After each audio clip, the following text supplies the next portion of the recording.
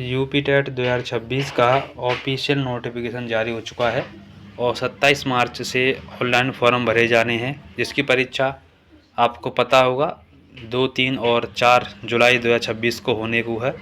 तो आपको सबसे पहले तैयारी करने से पहले ये देखना चाहिए कि पेपर कैसा आता है, पेपर में कैसे क्वेश्चन आते हैं। तो इसी को ध्यान में रखते हुए आपको हम प्रीवियस ईयर के पेपर का सॉल्यूशन करा रहे हैं। तो आप सभी का स्वागत है Ajay academy and motivator YouTube channel पर। जो भी साथी यूपी टेट 2026 की तैयारी कर रहा है वो जल्दी से चैनल को सब्सक्राइब कर लीजिए, क्योंकि इस चैनल पर आपको निःशुल्क तैयारी कराई जाएगी पूरे सब्जेक्ट की। चाहे आप 1 से 5 तक की तैयारी कर रहे हो, चाहे 6 से 8, सभी सब्जेक्ट की क्रम बाई क्रम वीडियो आएंगी। सबसे पहले आपको यहाँ पर प्रीवियस ईयर्स के पेपर आपको दिखाए जा रहे हैं। मैं 2020 का यानी जो 19 का पेपर 20 में हुआ था उसका सॉल्यूशन करा रहा हूँ। सीडीपी का मैंने 30 क्वेश्चन का सॉल्यूशन करा दिया है और उसके बाद हिंदी का भी करा दिया है। ये 2 वीडियो बना दी हैं, आपने अभी तक नहीं देखी हो तो इस वीडियो के समाप्त होने के बाद देख लेना, उनका लिंक डिस्क्रिप्शन बॉक्स में मिल जाएगा। इस वीडियो में हम पर्यावरण का सेक्शन पढ़ने वाले हैं। पर्यावरण के 30 प्रश्न हैं और देखते हैं कि कैसे प्रश्न पूछे जाते हैं। तो सभी लोग ध्यान से एकाग्र होकर के वीडियो को देखें और सभी को शेयर कर दें। आप पहली बार यूपी टेट की तैयारी कर रहे हो, बीएड, डीएलएड, बीटीसी वाले भाई बहन हो, तो निसंकोच होकर के आप इस चैनल को विजिट करते रहिए, क्योंकि मैंने कई बार यूपी टेट निकाला है बहुत अच्छे नंबरों से। ठीक है, तो आपका भी निकलवाऊंगा, लेकिन आप लोग लगातार जुड़े रहोगे तो आपको फ्री में पूरी तैयारी कराई जाएगी पूरे तक। ठीक है, तो आपको कोई कोर्स खरीदने की आवश्यकता नहीं। तो चलिए बिना देरी के हुए हम स्टार्ट करते हैं। तो मैंने आपको हर वीडियो में ये बातें समझा रहा हूँ जिससे आप लोगों को थोड़ा क्लियर होता जाए और आप लोग जुड़े। तो पर्यावरण के क्वेश्चंस, पहला क्वेश्चन आपके सामने है, कह रहा है सन 1853 में मुंबई भारत की पहली ट्रेन चली थी। ए ऑप्शन मुंबई से थाने के बीच, बी कलकत्ता से अलीपुर के बीच, तीसरा कलकत्ता से दमदम के बीच और चौथा बम्बई से पुणे के बीच। तो इसका राइट आंसर हो जाएगा ऑप्शन नंबर ए, मुंबई से थाने के बीच चली थी भारत की पहली ट्रेन और चलाने वाला था लॉर्ड डलहौजी। ये भी आप लोगों को पता होना चाहिए, लॉर्ड डलहौजी। इसने सबसे पहले भारत में ट्रेन चलवाई थी और जिसकी दूरी थी आपको बताऊं 34 किलोमीटर, यानी मुंबई से थाने की दूरी थी 34 किलोमीटर। तो पहले का ए आंसर सही हो जाएगा। क्वेश्चन नंबर दूसरा 122वां, कह रहा है एशिया का सबसे बड़ा पशु मेला कहाँ आयोजित होता है।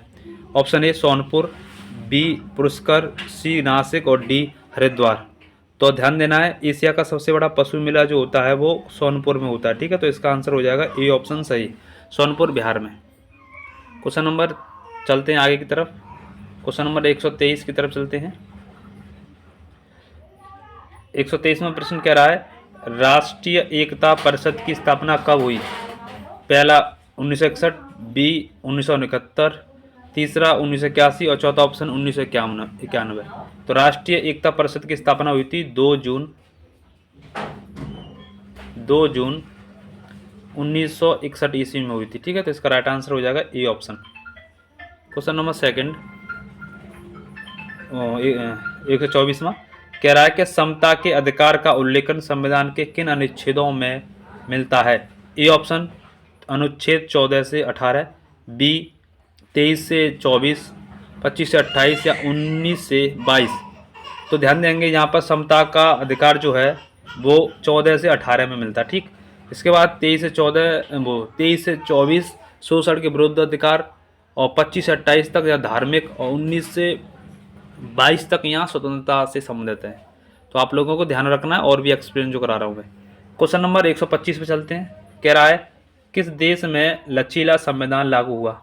ऑप्शन ए चीन में, बी अमेरिका में और चौथा यूनाइटेड किंगडम में और पाँचवा मतलब चौथा ऑप्शन भारत में। तो यहाँ पर लचीला संविधान जो है भारत का है। ठीक है, और ये सबसे बड़ा संविधान है। और आप लोग बताओगे भारत में संविधान कब लागू हुआ था, कमेंट सेक्शन में बताना है। अगला क्वेश्चन 126वां, कह रहा है निम्नलिखित में से किस प्रदेश में रेंडियर पाया जाता है। ए गर्मस्थल, बी मानसून, सी टैगा और डी टुंड्रा प्रदेश। तो रेंडियर जो पाए जाते हैं वो टुंड्रा प्रदेश में पाए जाते हैं। तो यहाँ पर 126 का डी सही हो जाएगा। अगला प्रश्न 127वां कह रहा है निम्नलिखित में से कौन सा एक शीतोष्ण घास प्रदेश नहीं है। Option A Campos, B Downs, तीसरा पियरीज और डी पंपास। तो शीतोष्ण घास मैदान नहीं है तो वो कंपास नहीं है यहाँ पर, ये ऑप्शन। अगला क्वेश्चन 128वां कह रहा है कि जनसंख्या के आकार के अनुसार बृहत्तम महाद्वीप है, बड़ा, बृहत्तम का मतलब बड़ा, ए उत्तरी अमेरिका, बी एशिया और तीसरा अफ्रीका, चौथा यूरोप। तो यहाँ पर बड़ा जो है वो एशिया है, ठीक, तो बी ऑप्शन सही हो जाएगा दूसरा। क्वेश्चन नंबर 129 कह रहा है कि भारत में थारू जनजाति कहाँ निवास करती है। ए उत्तर प्रदेश के तराई क्षेत्र में, बी उत्तराखंड में, सी झारखंड में और डी थार मरुस्थल में। तो इसका राइट आंसर हो जाएगा ए ऑप्शन, पहला आंसर सही हो जाएगा। उत्तर प्रदेश के तराई क्षेत्र में थारू जनजाति पाई जाती है। क्वेश्चन नंबर अगला 130वां कह रहा है भिलाई इस्पात संयंत्र स्थित है झारखंड में, छत्तीसगढ़ में, उड़ीसा में, मध्य प्रदेश में। तो भिलाई जो है इस्पात संयंत्र है वो छत्तीसगढ़ में है और भिलाई लगाया गया था रूस के सहयोग से, ये भी आप लोगों को ध्यान रखना है। क्वेश्चन नंबर 131 कह रहा है भारत में महिलाओं के लिए आरक्षण की व्यवस्था कहाँ है। ए ऑप्शन विधानसभा में, बी मंत्रिमंडल में, तीसरा पंचायती राज संस्थानों में और चौथा लोकसभा में। तो भारत में महिलाओं के लिए आरक्षण की व्यवस्था जो है, ध्यान देंगे ये 2020 का पेपर है, तो उस समय ये पंचायती राज व्यवस्था तक सीमित था, लेकिन अब महिलाओं के आरक्षण के लिए एक अधिनियम बनाया गया है, अधिनियम 2023, जिसके अनुसार लोकसभा और राज्यों की विधानसभाओं में और पंचायती राज संस्थानों में महिलाओं को 33% आरक्षण मिलेगा। कितना परसेंट? 33%, अधिनियम 2023 के अनुसार। तो आप लोग इसको भी आप लोगों को ध्यान रखना है। क्वेश्चन नंबर 132वां कह रहा है किस राज्य के राज्यपाल की नियुक्ति के लिए कम से कम क्या उम्र होनी चाहिए। ए 45 वर्ष, बी 50 वर्ष, सी 30 वर्ष और डी 35 वर्ष। तो यहाँ पर राज्यपाल के लिए न्यूनतम इसकी नियुक्ति जो करते हैं वो राष्ट्रपति करते हैं, तो इसके लिए उम्र चाहिए 35 वर्ष। इसके बाद राष्ट्रपति की भी 35 वर्ष होती है, उपराष्ट्रपति की 35 वर्ष होती है, ठीक है। और प्रधानमंत्री की आप लोगों को कमेंट में बताना है कितनी उम्र होनी चाहिए प्रधानमंत्री के लिए। क्वेश्चन नंबर 133 की तरफ चलते हैं। यहाँ पर सूची दे रही है, सूची 1 और सूची 2 से मिलाइए। पहले सूची कह रहा है भारतीय संघ में कौन होता है प्रधानमंत्री, तो पहले का ए से, छोटी ए का बड़ी ए से मिल जाएगा। राज्य में राज्यपाल होता है, सी से मिल जाएगा। नगर निगम का प्रमुख होता है मेयर, सी डी से मिल जाएगा। और ग्राम पंचायत में होते हैं सरपंच, तो यहाँ डी बी से मिल जाएगा। तो ऐसा हमें देखेंगे तो यहाँ ऑप्शन नंबर बी इसमें एकदम सही हमें मिल जाएगा, यहाँ पर ये सही हो जाएगा, ठीक है। आगे चलते हैं अब। अगला प्रश्न बहुत अच्छा है, कह रहा है अनुच्छेद 356 का प्रथम प्रयोग कब और कहाँ किया गया था। अनुच्छेद 356 राष्ट्रपति शासन से संबंधित है। तो कहने का मतलब पहली बार राष्ट्रपति शासन कब लगा था, तो मैं आपको बता दूं 1951 में पंजाब में लगा था। 1951 में पंजाब में लगा था, लेकिन यहाँ 1951 पंजाब ऑप्शन में है ही नहीं, तो इसका राइट आंसर फिर हो जाएगा केरल 1959, ठीक है, ये ऑप्शन। अगला क्वेश्चन 135वां कह रहा है कि नगर निगम द्वारा कौन सा कर लगाया जा सकता है। ए गृह कर, बी चुंगी कर, सी उपरोक्त सभी और डी मनोरंजन कर। तो ये नगर निगम के द्वारा सभी कर लगाए जा सकते हैं, ठीक है। तो यहाँ पर उपरोक्त सभी आंसर सही होगा। अभी तक आपने चैनल को सब्सक्राइब नहीं किया तो जल्दी से कर लो, इसीलिए कह रहे हैं क्योंकि जो भी वीडियो अपलोड होगी ना यूपी टेट की, तो आपके पास सबसे पहले नोटिफिकेशन पहुँचेगा और निःशुल्क इस चैनल पर आपको तैयारी कराई जाएगी। तो फिर आपका कितना फ़ायदा है, इसीलिए सब्सक्राइब और सभी को शेयर करें। जितने भी मित्र हैं, जितने भी BEd DLEd वाले आपके मोबाइल में ग्रुप बनने हैं ना, उन सब ग्रुपों में इस वीडियो के लिंक को शेयर कर दो। चलिए सभी के पास भेज दें। 136वां प्रश्न कह रहा है संसार का सर्वाधिक समस्याकारी जलीय खरपतवार जिसे बंगाल का आतंकवाद भी कहते हैं वह है। ए ऑप्शन पारथीनियम स्टेरोफेरस कांग्रेस घास। दूसरा कह रहा है एखोर्निया क्रॉसिपस जलकुंभी।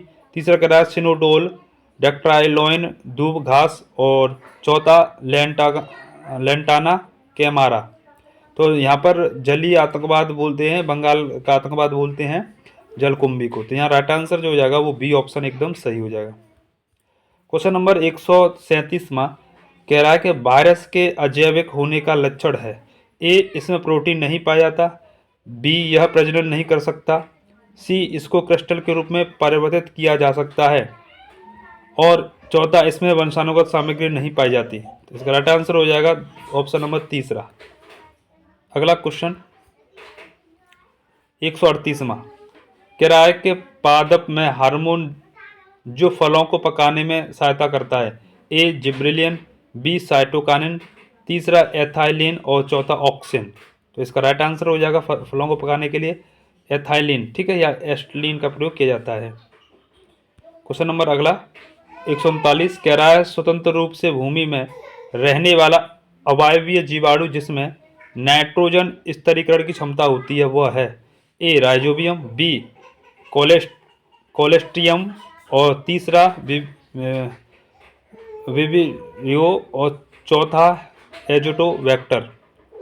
राइट आंसर हो जाएगा दूसरा कोलेस्ट्रिडियम। अगला क्वेश्चन 140 कह रहा है कि किस प्रकार का डीएनए कोशिका में सामान्य रूप से पाया जाता है। पहला कह रहा है C DNA, B DNA, Z DNA, या ए डीएनए। सामान्य रूप से पाया जाने वाला ध्यान देना है बी डीएनए। तो यहाँ पर सेकंड आंसर एकदम सही।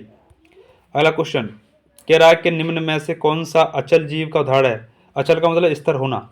तो यहाँ लिच्चे, काइटन, एक्नस, या यूप्लेक्टेला।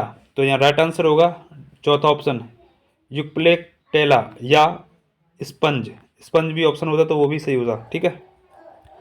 अगला क्वेश्चन 142 कह रहा है कि प्रोटीन अणुओं की इकाई है। ए, वसा, बी, अम्लीय अम्लों की, तीसरा विटामिन, और डी, ग्लूकोज। तो यहाँ राइट आंसर हो जाएगा बी ऑप्शन अमीनो अम्ल की। 143वां प्रश्न कह रहा है कि निम्न में से कौन सा अंगक पादप कोशिका में अनुपस्थित होता है। तो पादप कोशिका में कौन सा नहीं होता है। ए ऑप्शन लवक, बी रक्तिका, सी तारकाय या सेंट्रोसोम, और डी सेलुलोज कोशिका भित्ति। तो यहाँ पर होगा ऑप्शन नंबर तीसरा सही, ये आपका पादप कोशिका में नहीं होता है। क्वेश्चन नंबर 144 कह रहा है कि मनुष्य के शरीर में सबसे बड़ी ग्रंथि है। ए, पीयूष, बी, अधिवृक्क, और सी यकृत, और डी अग्नाशय है। तो यहाँ राइट आंसर हो जाएगा सबसे बड़ी ग्रंथि है यकृत, तीसरा ऑप्शन सही हो जाएगा। अगला क्वेश्चन नंबर 145 कह रहा है कि उत्तर प्रदेश का राज्य पक्षी है। ए, मोर, बी, गौरैया, और सी तोता, और डी साइरस क्रेन। तो राइट आंसर होगा यहाँ पर साइरस क्रेन, चौथा हो जाएगा 145 का। 146वां प्रश्न कह रहा है कि पूर्वा किस अधिवास में शामिल है। ए, ग्रामीण, बी, रेखीय, सी नगरीय, और डी अपखंडित। तो यहाँ हो जाएगा पूर्वा जो है ग्रामीण अधिवास में आता है, ठीक है, ये ऑप्शन सी हो जाएगा 140 का। 147वां कह रहा है कि कौन सा ज्वालामुखी पर्वत है। ए, यूराल, बी, अपलेसियम, और तीसरा किलिमंजारो, और डी अरावली। तो ज्वालामुखी पर्वत है वो किलिमंजारो, यहाँ तीसरा से हो जाएगा 147 का। इसके बाद 148 कह रहा है कि एलिफेटा द्वीप स्थित है। ए, गोवा, बी, मुंबई, और सी गंगा तट, और चौथा कच्छ तट। तो एलिफेटा जो है मुंबई तट पर, सेकंड ऑप्शन से हो जाएगा 148 का। 149 कह रहा है कि मानसूनी वन पाए जाते हैं जहाँ वर्षा होती है। ए, 150 से 200, बी, 50 से 150, 70 से 100, 70 से 200। तो मानसूनी वन पाए जाते हैं जहाँ 70 से 200 वर्षा होती है। तो चौथा ऑप्शन सही। इसके बाद आगे जाओ, क्वेश्चन नंबर लास्ट है ये 150वां कह रहा है कि कार्बी एंगलॉग पठार का विस्तार कहाँ है। पहला हिमालय, बी तिब्बत, सी सान पठार, डी प्रायद्वीप पठार।